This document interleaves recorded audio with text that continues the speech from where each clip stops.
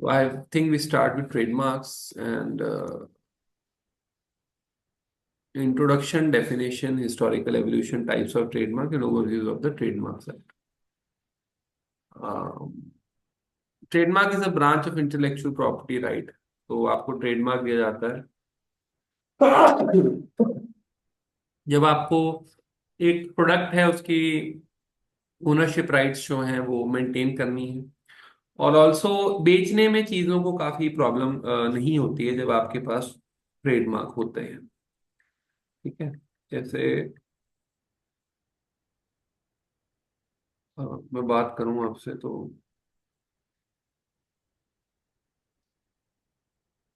ठीक है। तो जैसे अपना मैकडोनल्ड्स है उसका एम है ना, या नाइक का सूश है, या प्यूमा का वो कैट है, तो वो जो है वो ट्रेडमार्क्स होते हैं। उससे प्रोडक्ट का पता लगता है। और यहाँ पे आता है trademark includes a name, word और साइन। नेम, वर्ड या साइन आता है जो कि डिफरेंट करता है गुड्स को from the goods of other enterprises. Marketing easy हो जाती है क्योंकि ट्रेडमार्क से आप इजी कर सकते हैं। Owner can prevent the use of his mark और sign by another. Sometimes there is a confusion between trademark and brand. Brand name can be as simply a symbol or logo, but the trademark is a distinguished sign or indicator in a business organization. तो trademark और brand में फर्क होता है। brand का मतलब symbol और logo हो सकता है, but trademark is a distinguishing sign indicator in a business organization, and it has a wider implication than brand. तो ट्रेडमार्क जो लगता है नाइक का सूश जो लगता है उससे ऑब्वियसली लोग लेते हैं नाइकी। मैंने भी नाइकी के प्रोडक्ट लिए तो मुझे बहुत अच्छे भी लगे और मुझे वो नाइकी का वो पहनने में थोड़ा अच्छा भी लगा। इवन इनफैक्ट एप्पल भी मैं यूज करता हूँ तो मुझे एप्पल का प्रोडक्ट यूज करने में भी एक सेंस ऑफ ओनरशिप महसूस होती है कि as I am using an Apple product. So trademark is defined under Section 2ZB of the Indian Trademarks Act as a mark capable of being represented graphically and which is capable of distinguish the goods and services. So please इसको आप लिखिए, section 2ZB को भी हाथ से लिखिए।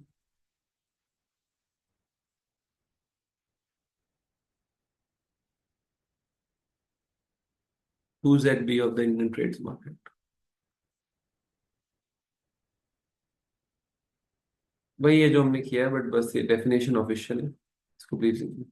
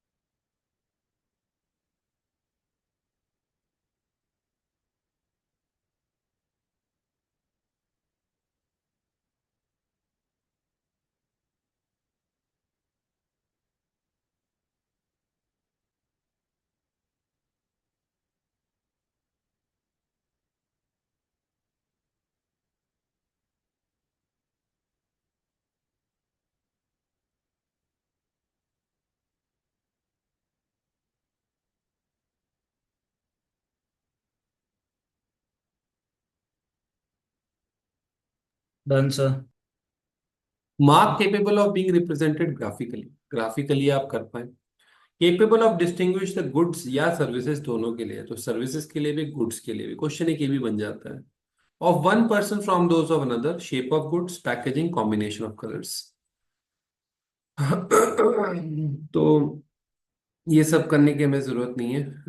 पहले ये वाला एक्ट आया, एंड ट्रेडमार्क्स एक्ट 1999 वाला चल रहा है, trips, trade related aspects of intellectual property rights के बाद ट्रेडमार्क एक्ट चला।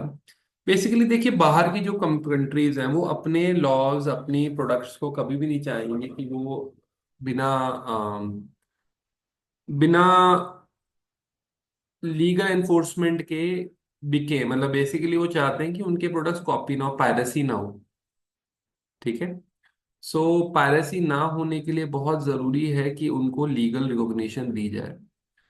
तो जो भी हमारे प्रोडक्ट्स होते हैं, जो भी चीजें होती हैं, उनमें कब जा सकते हैं आप आगे, कब उनके अंदर आप अच्छे से कर सकते हैं परफॉर्म, जब उनको लीगल एनफोर्समेंट दी जाती है कि यस ये ट्रेडमार्क है, इसके ऊपर आप केस कर देंगे। अगर कंपनी केस कर सकते हैं अगर आपने उसके ऊपर कोई कंपनी चलाई और सेम लोगों के साथ बेचना स्टार्ट कर दिया। तो ट्रेडमार्क एक्ट देती है right to the police to arrest in cases of infringement of the trademark. Act gives a complete definition of the term infringement, which is frequently used. In Trademark Act, it provides punishments, penalties for the offenders, और time duration registration and also registration of non-traditional trademark। तो ये सारा कुछ इसके अंदर आता है। अब हम आगे बढ़ते हैं वर्ड मार्क्स। तो trademark can be divided into the following categories. Number one आता है वर्ड मार्क्स। वर्ड मार्क्स में भी वर्ड, लेटर और न्यूमरल्स। तो लेटर और न्यूमरल्स के अंदर अगर हम देखेंगे, ये वर्ड हो सकता है, लेटर हो सकता है, न्यूमेरिकल हो सकता है। फिर डिवाइस मार्क्स आते हैं। तो it is called as a device mark. ठीक है, जब trademark lies in the unique representation of a word, तो ये डिवाइस मार्क के अंदर आता है। तो इन कैटेगरीज के अंदर जो है ट्रेडमार्क जो है डिवाइड हो सकते हैं। वर्ड मार्क्स में भी वर्ड्स, लेटर ऑफ न्यूमरल्स, उसके बाद डिवाइस मार्क्स, उसके बाद service mark. Service mark is nothing but a mark that distinguish the services of one person from that of another. Service marks represent goods को नहीं करते but service refer करते हैं by person of company. ठीक है।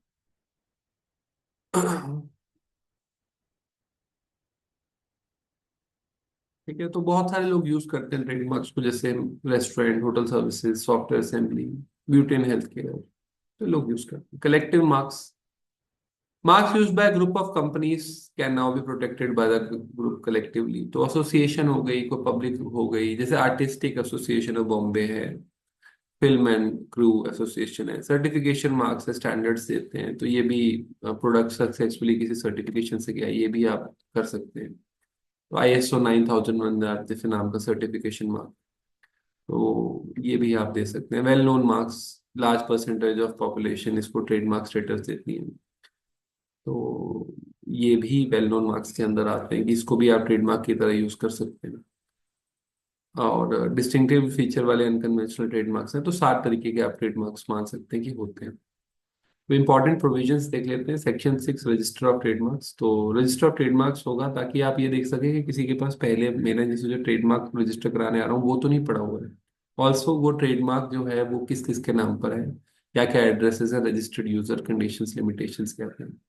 फिर section 9 आता है absolute grounds for the refusal of registration. तो ट्रेडमार्क्स जो डिस्टिंक्टिव कैरेक्टर के नहीं है, प्यूमा ने कैट बनाई है, आपने कैट विद लेट्स से विद स्कार्फ बना दी या कैट विद क्लोथ्स बना दी, तो वो नहीं होगा, बिकॉज लोग कंफ्यूज हो जाएंगे कि कैट किसकी है, प्यूमा की या आपकी। Exclusively of marks of indication, जो काइंड, क्वालिटी, क्वांटिटी, identity, जैसे आप देखेंगे कि which consists exclusively of marks or indicator which may serve in trade to designate the kind, quality, intended purposes of other characteristics of the goods of। तो आपने जैसे मान लेते हैं ट्रेडमार्क लेना स्टार्ट किया अल्फोंसो आम। अब अल्फोंसो आम का आप ट्रेडमार्क ले रहे हैं, बेच रहे हैं आप कोई लेट से कोई और आम, तो लोग तो यही सोचेंगे कि अल्फोंसो आम दे रहे हैं आप, तो वो भी नहीं दे सकते। कस्टमरी लैंग्वेज में मार्क्स इंडिकेशन है तो वो भी नहीं दे सकते। बेसिकली जो ट्रेडमार्क है आपका थोड़ा डिस्टिंक्टिव होना चाहिए। ऐसा नहीं होना चाहिए जो ऑलरेडी नाम चल रहा है या फिर ऑलरेडी हमारे लोकल प्रोड्यूस में चल रहा है। A mark shall not be registered as a trademark if it is of such a nature to deceive the public or cause confusion। तो अगर पब्लिक क्या कॉज कर रहा है कंफ्यूजन को, तो it shall not be registered as a trademark। It comprises a matter likely to hurt the religious susceptibilities of any class or section of the citizens of India। Scandalous है, obscene matter है। Emblems और names के खिलाफ, भारत का emblem use कर रहे हैं, और शेप ऑफ गुड्स अपने आप में ही, जैसे जूते का शेप आपने बना दिया या शेप ऑफ गुड्स बना दिया, तो फिर टेक्निकल रिजल्ट आता है तो वो भी नहीं देगा। और ये आप देख सकते हैं, ट्रेडमार्क में भी लिमिटेड होली और in part two combination of colours. तो यहाँ पे आप ये कर सकते हैं, बट सेक्शन 6 बड़ा इंपॉर्टेंट है, सेक्शन 9 बड़ा इंपॉर्टेंट है।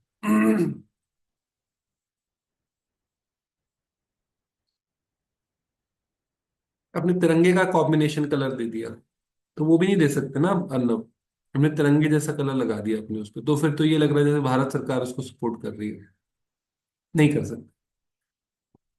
तो इन्फ्रिंजमेंट अगर आप करेंगे तो डैमेजेस के लिए होंगे। सेक्शंस प्लीज लिखते जाएं। सेक्शन 28 जो ट्रेडमार्क प्रोटेक्शन देता है ओनर को कि वो एक्सक्लूसिव राइट्स दें यूज करने के लिए, और अगर कोई करता है तो उस पर इन्फ्रिंजमेंट है। उसके बाद इसीलिए हम ये करते हैं। एंड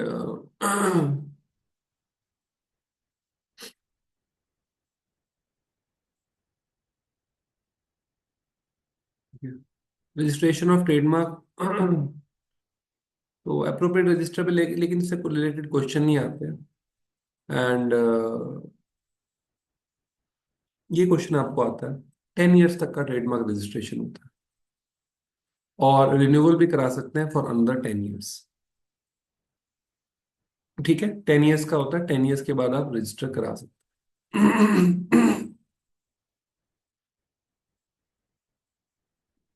बाकी इंपॉर्टेंट नहीं है। इंपॉर्टेंट है 8 पॉइंट। फॉल्सिफाई करते हैं ट्रेडमार्क को, फॉल्सिफाई अप्लाई करते हैं goods and services of trademark को। Applies any false trade description to goods और services, applies to any goods which is indication of country और place, names and addresses manufacturer के, persons के।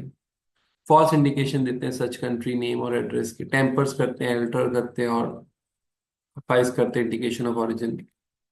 तो ये सब चीजें जो हैं, ये यहाँ पे आप देख सकते हैं कि 6 मंथ से लेके 3 साल तक की सजा हो सकती है। तो 6 महीने तो मिनिमम है, पर 3 साल तक की सजा हो सकती है, और 50,000 रुपये से लेके 2 लाख तक का फाइन है। तो 6 months to 3 years fine, basically ये लिखना है। ठीक है।